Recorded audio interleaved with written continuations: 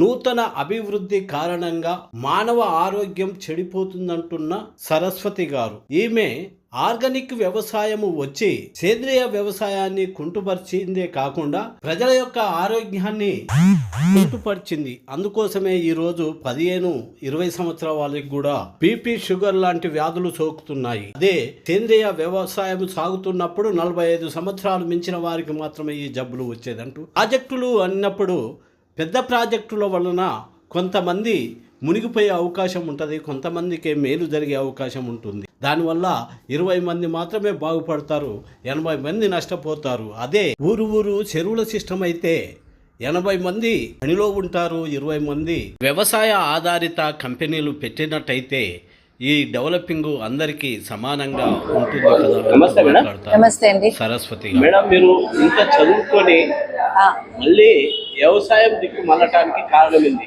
అసలు మీ బయోడేటా మాకు కొంచెం ఎస్బీఎన్కే న్యూస్ ఛానల్ మా సబ్స్క్రైబర్స్ కొంచెం ఇస్తారని. బయోడేటా అంటే నేను మామూలుగానే అందరిలాగే ఏదో ప్రొఫెషన్స్ చేయాలనుకున్నా, హోటల్ మేనేజ్మెంట్ చదువుకున్నా, మన తాజ్ హోటల్లో పనిచేసిన ఒక 2 years. తర్వాత ఇండస్ ఇండ్ బ్యాంక్లో కూడా ఒక 1-2 ఏళ్ళు చేసిన. అప్పుడు నాకు అనిపించింది ఉద్యోగం అనేదే ఒక బానిసత్వము, ఉద్యోగాలు అనేవి చేయకూడదు అని చెప్పేసి ఏదేమైనా సరే ఫ్రీలాన్స్ వర్క్ చేయాలనుకున్నాను. నాకు నచ్చిన పని చేసుకుంటూ ఉండడమే సంతోషం అని చెప్పి, నాకు కమ్యూనికేషన్స్ బాగున్నాయని చెప్పి మా ఫ్రెండ్ ఒక ఆమె సజెస్ట్ చేస్తే అట్లా మీడియా రంగంలోకి వచ్చాను.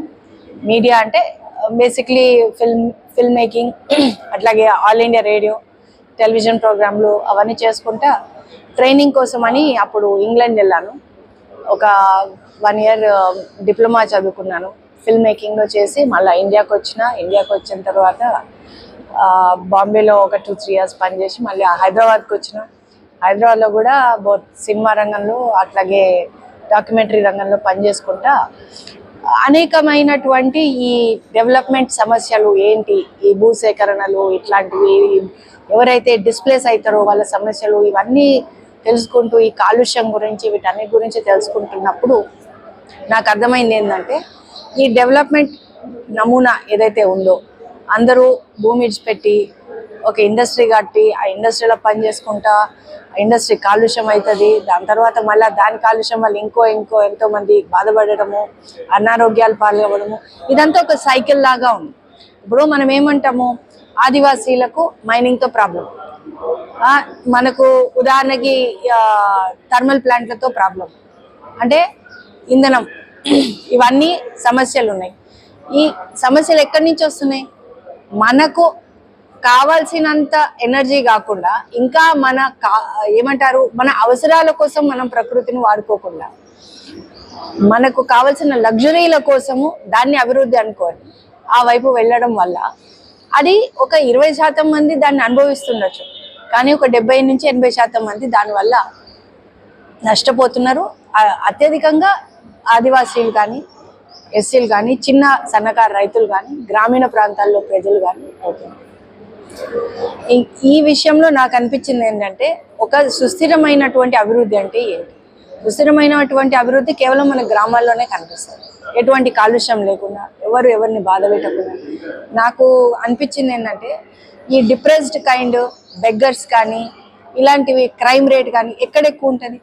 మీకు సిటీల్లో. ఎందుకు వస్తుంది? ఎందుకంటే అందరూ కూడా ఒకరికి సంబంధం లేకుండా ఒక సిటీలో, మహానగరంలో రకరకాల సమస్యలు ఉంటాయి. అక్కడ ఊర్లో అయితే అన్నం లేకపోతే పెట్టేటోడు ఉంటాడు, ఈడెవడు పెడతాడు, అందుకని అడుక్కుంటాడు. అట్లా రకరకాలు ఉన్నాయి. అంటే అది చాలా పెద్ద సబ్జెక్ట్ ఇప్పుడు మాట్లాడాలంటే. బేసికలీ ఈ అభివృద్ధి నమూనా వల్ల ఏదైతే ఒక భూమి తీసుకున్నో, అడవి తీసుకున్నో, ఏదో ఫ్యాక్టరీలు కడతాము, ఇండస్ట్రీ పెడతాము, దాని తర్వాత దానివల్ల ఉద్యోగాలు వస్తాయి అంటారు. ఉద్యోగాలు ఎట్లా వస్తాయండి? ఇక్కడ మీరు ఉన్న ఉపాధిని నష్టం చేస్తూ మేము ఉపాధి సృష్టిస్తున్నాం అంటున్నాం. ఇక్కడ ఉన్నది ఏదైతే వ్యవసాయ రంగం ఉందో, ఇతర చేతివృత్తులు ఉన్నాయో అవి సుస్థిరమైనటువంటి ఉపాధి, ఎల్లకాలం నడిచేది. వ్యవసాయం అనేది తరతరాలుగా చేసుకోవచ్చు ఒక భూమి ఉంటే. ఇక్కడ మీరు ఇచ్చే ఉద్యోగాలు ఏమిటి? ఇదివరకు ఒకప్పుడు అంటే ప్రభుత్వ రంగంలో ఉండేది, ఇప్పుడు ఇంకా అధికంగా ప్రైవేట్ రంగంలో వెళ్ళిపోతుంది. వాళ్ళు ఇచ్చే ఉద్యోగాలు ఏవి కూడా పర్మనెంట్ కావు, వచ్చిన ఒక జనరేషన్ వరకే. మీరు ఎంత పొల్యూషన్ క్రియేట్ చేస్తున్నారు, ఎంత పర్యావరణ నష్టం చేస్తున్నారు, అదే వ్యవసాయ ఆధారితంగా ఉన్నప్పుడు ఆ నష్టం అనేది జరగలేదు, ఇన్ని వేల సంవత్సరాల్లో జరగలేదు. ఈ 200 సంవత్సరాల ఇండస్ట్రియల్ రెవల్యూషన్ వల్లే ఇటువంటి సమస్యలు వస్తాయి. సో చాలా మంది నన్ను అడిగేవారు, వెనక్కి వెళ్ళిపోవాలంటావా, గుహల్లోకి వెళ్ళిపోవాలంటే గుహల్లోకి వెళ్ళక్కర్లేదు. మనకి 20-30 ఏళ్ల క్రితము ఎటువంటి వ్యవస్థ ఉందో మన దేశంలో ఆ మాత్రం చేయగలుగుతాం, ఎందుకంటే అప్పుడు అందరూ పబ్లిక్ ట్రాన్స్పోర్ట్లో వెళ్ళేవాళ్ళు. ఒక చిన్న విషయం మేడం, ఇక్కడ గుహల్లోకి వెళ్ళదక్కర్లేదు.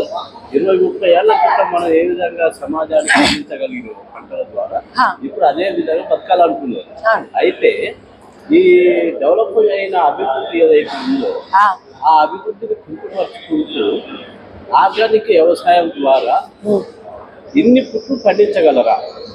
ఇప్పుడు 2-3 విషయాలండి. నేను ఒక ఎగ్జాంపుల్ చెప్తా. మనము ఏం తినేవాళ్ళం ఇదివరకు? జొన్నలు, సద్దలు, రాగులు, తైదలు ఇవన్నీ తినేటోళ్ళం. అవి ఎంత తింటారు? మీరు అన్నం తింటే ఇంత తింటారు. అదే జొన్న గట్టిగా తినాలంటే, సద్దగా రాగి సంకట అంటే గింత తింటే సరిపోతుంది. దాని నీరు అవసరమా? అవసరం లేదు, వర్షాధారంగా పండుతాయి. మనం ఏం చేసినాము, తెల్ల బియ్యం ఇచ్చి అందరికి అలవాటు చేసి, అందరు బియ్యం తినేటట్టు చేసి, పెద్ద పెద్ద ప్రాజెక్టులు తయారు చేసి ఈ అన్నం తినడం అనేది ఒక అభివృద్ధి నమూనాగా చూపించాం. వెనకటికి మనోళ్ళు తిన్నప్పుడు ఈ పెద్ద పెద్ద ప్రాజెక్టులు అవసరం లేకపోయింది, ఈ విస్థాపన ఏదైతే డిస్ప్లేస్మెంట్ అనేది అవసరం లేకపోయింది. అందరికీ కూడా మనము కొంచెం తినడం ఇది ఒక పెద్ద అపోహ అండి. ఎందుకంటే నేను ప్రకృతి వైద్యం పాటిస్తుంటాను. మనం 3 సార్లు తిన్నోడు రోగి, 2 సార్లు తిన్నవాడు భోగి, ఒక్కసారి తిన్నవాడు యోగి అని మన వెనకటికి ఉండేది, మన పుస్తకాల్లో ఉండేది. సో ఈరోజు ఎక్కువ తింటున్నారు, ఎక్కువ రోగాలు తెచ్చుకుంటున్నారు, అది కూడా ఒక విషయం. సరే, ఇంత పండించడానికి అవుతుందా అంటే ఖచ్చితంగా పండించవచ్చు. మనకి కావలసినంత ఈ ప్రకృతి ఇస్తుంది. ఇంకోటి, ఆహారం అంటే ఏంటి? కేవలము బియ్యము గోధుమలేనా? వెనకటికి మనకి కందులు, ఈ సద్దలవి ఉండేవి. సద్దలతో ఏమొచ్చేది? మీరు ఇంత పొడుగు గడ్డి ఉండేది. ఆ గడ్డి వల్ల ఆహారం ఎవరికి వచ్చేది? పశువులకు వచ్చేది. పశువులు మంచి పాలు ఇచ్చేవి, ఆ పాలు కూడా ఆరోగ్యకరమైనవి. ఈ మొత్తం వ్యవస్థలో మనం కోల్పోయినది మన ఆరోగ్యం. మన ఆరోగ్యాన్ని కోల్పోతున్నాం కదా, ఆ విషయం ఎవరు ఆలోచించట్లేదు. ఇంకోటి, మీరు అన్నది ఇంత పండించగలమా, అది ఆ కెమికల్ వేయడం వల్ల ఇంకో దాని వల్ల కాదు. ఏదైతే మీరు ఈ ప్రొడక్షన్ పెరిగిందని అంటారు కదా 1960s అప్పుడే మీకు భారీ నీటి పారుదల ప్రాజెక్టులు వచ్చినాయి. ఆ నీరు ఎక్కువ అవ్వడం వల్ల కూడా మీకు ప్రొడక్షన్ పెరిగింది. ఎందులో పెరిగింది? కేవలము వరి, గోధుమల్ల.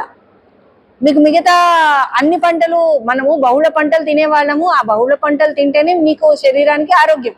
రోజు ఈ తెల్ల బియ్యం, సన్న బియ్యం ఇవన్నీ తినడం వల్లే కదా ఇన్ని షుగర్ వ్యాధులు ఇవన్నీ వస్తున్నాయి. సో మన ఆహారపు అలవాట్లు మారిపోయినాయి. ఒకటి, ఆ రోజుల్లో జరిగినది ఏంటంటే మనకు బయోడైవర్సిటీ చాలా ఉండేది, చాలా రకాల పంటలు ఉండేవి. అడవి పంటలు, పచ్చి రొట్ట మనము తినేవాళ్ళం. నేను ఇప్పుడు వ్యవసాయం చేయబట్టి ఎన్నో కలుపు మొక్కలు, సోకాల్డ్ కలుపు మొక్కలు ఆహార పంటలు. అసలు నిజంగా ఆ కలుపు మొక్కలే కనుక ప్రజలు మళ్ళా తినడం మొదలు పెడితే రైతుకు కలుపు ఖర్చు తగ్గుతుంది, ఇక్కడ మీకు ఆరోగ్యం పెరుగుతుంది, మనకు సరైన ఆహారం దొరుకుతుంది. సో ఇది చాలా కాంప్లికేటెడ్ సబ్జెక్ట్. దీన్ని ఏం చేసారంటే చాలా సింప్లిఫై చేసి, ఇన్ని బియ్యం పండించినమా, ఇన్ని గోధుమలు పండించినమా, ఆ రోజు లేదు ఈ రోజు ఉంది. 1960s జరిగినది ఒక పెద్ద స్కామ్. ఆ స్కామ్ ఏంటి? మన ఉన్న 1940s బ్రిటిష్ ప్రభుత్వము, అప్పుడు ఒక డాక్టర్ ఆల్బర్ట్ హోవర్డ్ అనే ఆయనను, మీరు వ్యవసాయాన్ని స్టడీ చేయండి, అన్నిటికన్నా ఏది ఉత్తమమైనది ఆయన మొత్తం స్టడీ చేసి, అమెరికాలో అప్పటికే కెమికల్ వ్యవసాయం ఉంది, ఇది కొద్ది సంవత్సరాల్లోనే మొత్తం భ్రష్టు పట్టిపోతుంది, వాళ్ళ మట్టి ఖరాబ్ అయిపోతుంది, ఇది సుస్థిరమైనది కాదు. అన్నిటికన్నా బెస్ట్ వ్యవసాయం ఏది అంటే భారతదేశంలో ఉన్న వ్యవసాయము. చైనాలో అప్పుడు కూడా ఏదైతే స్వచ్ఛమైన ప్రకృతి వ్యవసాయం నడుస్తుందో ఆ రెండు సరైనవి. ప్రాబ్లం ఎక్కడొస్తుంది? మీరు భూమిని, ఆయన అది కూడా చెప్పాడు, భూమిని, పంటలను, ఆ వ్యవసాయం అనేది ఆహార ఉత్పత్తి కోసం వాడినంత కాలం సమస్య రాదు. వ్యవసాయాన్ని ఇండస్ట్రీ కోసం మళ్లించిన రోజున సమస్య వస్తుంది, ఆహార సమస్య కానీ ఇంకో సమస్య కానీ. సో ఇది విపరీతంగా జరిగింది, దానివల్ల ఒక సంక్షోభం వచ్చింది, కరెక్ట్, వాస్తవమే. కానీ ఆ సమయంలో కూడా మన దేశీయ వంగడాలు వాటి వల్ల ఎట్లా మన ఆహార ఉత్పత్తి పెంచుకోవచ్చని డాక్టర్ రిచారియా అని ఒక సైంటిస్ట్ చాలా స్టడీ చేశారు. ఆయన చేసినటువంటి ఒక స్టడీ ఏదైతే ఉందో దాన్ని మొత్తం కప్పిపుచ్చి ఆ రోజు వరల్డ్ బ్యాంక్ కానీ అమెరికా దేశం మన మీద ఒత్తిడి తెచ్చి మీరు ఖచ్చితంగా ఈ హైబ్రిడ్ పంటలు వేయాలి, ఆ హైబ్రిడ్ పంటలకు నీళ్లు కావాలి కాబట్టి పెద్ద పెద్ద డ్యాములు కట్టాల్సి వచ్చింది. ఎంత ఎంత భారీ స్థాయిలో భారతదేశం నష్టపోయింది. మీరు నదుల మీద ఆనకట్టలు కట్టంగానే ఆ నది యొక్క ప్రవాహం కానీ దాన్ని మొత్తం ఎఫెక్ట్ చేసినాం, దాని ఎకోసిస్టమ్ ఎఫెక్ట్ చేసినాం. సో ఇది మాట్లాడాలంటే చాలా సమయం పడుతుంది, మీకు ఎక్కువ.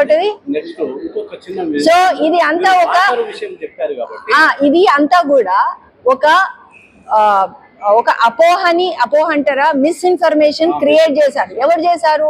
ఈ శక్తులు ఏవైతే ఉన్నాయో, కెమికల్ వ్యవసాయం కానీ కార్పొరేట్ శక్తులు. ఇప్పుడు అందరూ మంచిగా వ్యవసాయం చేసుకుంటే, ప్రకృతి వ్యవసాయం చేసుకుంటే వాళ్ళది ఎవడు కొంటాడండి? పురుగు మందులు కానీ ఈ కెమికల్స్ ఎవడు కొంటాడు? ఎవడు కొన్నాడు? విత్తనాలు మనమే వాడుకున్నాం వెనకటికి. మనకి తెలియనిది ఏంటంటే మన దేశవాళీ వరి విత్తనాల్లోనే చాలా భారీ స్థాయిలో అధిక ఉత్పత్తి చేసేటటువంటి హై ఈల్డింగ్ వెరైటీస్ మన దాంట్లో కూడా ఉన్నాయి. అవన్నీ కూడా అది దాదాపు కొన్ని వేల రకాల వరి విత్తనాలు భారతదేశంలో తయారయ్యేవి ఒకప్పుడు, దేశీయ వరి విత్తనాలు. అవన్నీ కూడా ఐకర్ దాచుకుంది, బయట రైతులకు మాత్రము కంపెనీ విత్తనాలు మాత్రమే అమ్మడానికి చేస్తున్నారు. ఇది చాలా పెద్ద విషయం అండి, మాట్లాడుకోవాలంటే చాలా ఉంటుంది. ఇక్కడ వాటర్ విషయం మీరు చెప్పారు కదా, అయితే తెలంగాణలో చెరువుల సిస్టమ్ ఉంటుంది. ఎస్, ఈ పెద్ద ఏదైతే ఇవి ఉన్నాయో ప్రాజెక్టు కావాలి అని చెప్పి ఇప్పుడున్న ప్రభుత్వాలు ఎక్కువ ప్రాజెక్టులకు టైం ఇస్తుంది. చెరువుల సిస్టమ్ అప్పుడు ఎట్లా ఉండే, ఇప్పుడు ఎట్లా ఉండే రైతు వ్యవసాయం అంటే ఒకటండి. ఇప్పుడు మనకు వెనకటికి ప్రకృతి నాశనం కానప్పుడు కరెక్ట్ గా సరైన కాలంలో వర్షాలు అన్ని పడేవి. ఆ వర్షాధారితంగా మనకి ఏది పండాలి, ఇప్పుడు నేను వర్షాధారితమైన పంటలే వేస్తా. నేను ఇరిగేటెడ్ క్రాప్స్ ఈ రోజు వరకు వరి పంట వేయలేదు, ఎందుకంటే తెలంగాణలో చెల్క భూములు, ఆ చెల్క భూముల తత్వం ఏదైతే ఉందో దాని ప్రకారం మనం పంటలు పండించుకోవాలి, దాని ప్రకారం మనం తిండి తినాలి. అంతేగాని ప్రతి ఒక్కళ్ళు ఈరోజు వరి వేసి బోర్లు 400 ఫీట్లు 500 ఫీట్లు 600 ఫీట్లు తీస్తుంటే ఆ బోర్లు వేసి నష్టపోయి చచ్చిపోయిన రైతులు ఎంతో మంది ఉన్నారు. బోర్ల రెడ్డి అనేటోడు నల్గొండ జిల్లాలో 40 బోర్లు వేసి చచ్చిపోయింది, అప్పుల పాలై. సో ఈ మొత్తము కూడా కూలకషంగా దీన్ని స్టడీ చేసి చేయాలి. మనకు చెరువులు ఉన్నప్పుడు ఆ చెరువుల ఆధారంగానే వరి పండించుకునే వాళ్ళు ఉంటాయి, లేకపోతే లేదు. ఇంకోటి వీళ్ళు ఈ రోజు ఏదైతే అంటున్నారో ఈ లిఫ్ట్ ఇరిగేషన్లు ఇవన్నీ కూడా ఫెయిల్యూర్ ప్రాజెక్ట్స్. దేవాదుల మీద నేను స్టడీ చేసిన, అప్పుడు వచ్చిన కంక్లూజన్ ఒకటే. ఆ రోజు జయశంకర్ గారు చెప్పారు, ప్రొఫెసర్ జయశంకర్ గారిని ఇంటర్వ్యూ చేస్తే ఆయన చెప్పారు తెలంగాణలో 80,000 చెరువులు ఉన్నాయి, ఆ చెరువులన్నిటిని బాగు చేసుకుంటే దేవాదుల కన్నా కూడా డబుల్ నీరు వస్తుంది. అంటే ఏమైతుందంటే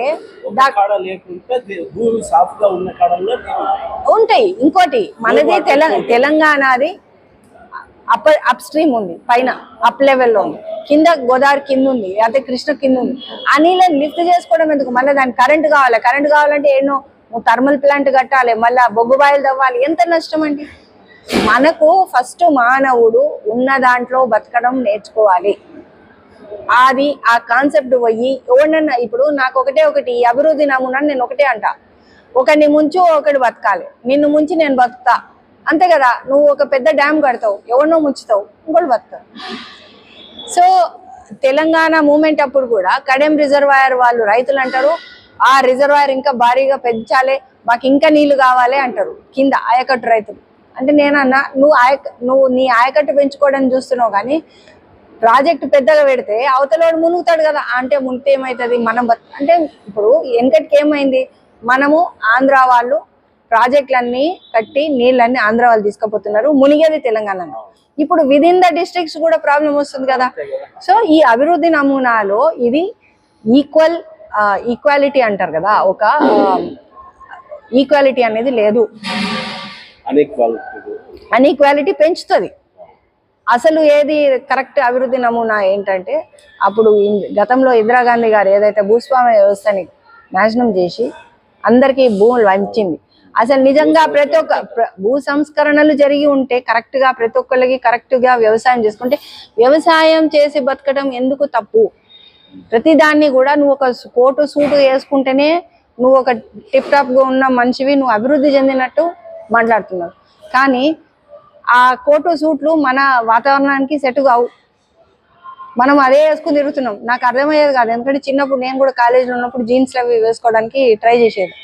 ఏంద్రావా ఇంత వేడిలా ఈ ఉడుకులా ఈ జీన్స్లు వేసుకునే తిరుగుడు ఏందని నేను బంద్ చేసిన. ఏంటంటే మన వ్యవసాయం కానీ మన వ్యవస్థ కానీ మన పర్యావరణానికి అనుకూలంగా మనము మలుచుకున్నాం. ఆ మట్టిళ్ళు కానీ ఏదైనా కానీ చల్లగా ఉంటాయి. ఏం చేసినాం? కాంక్రీట్లు కట్టాలి. అరే అది చాలా చిన్నతనం, అది చేయకూడదు, మట్టిళ్ళలో ఉండకూడదు. ఇట్లా ఇది ఒక కుట్ర. మన మైండ్ మీద వాళ్ళు కంట్రోల్ చేస్తున్నారు.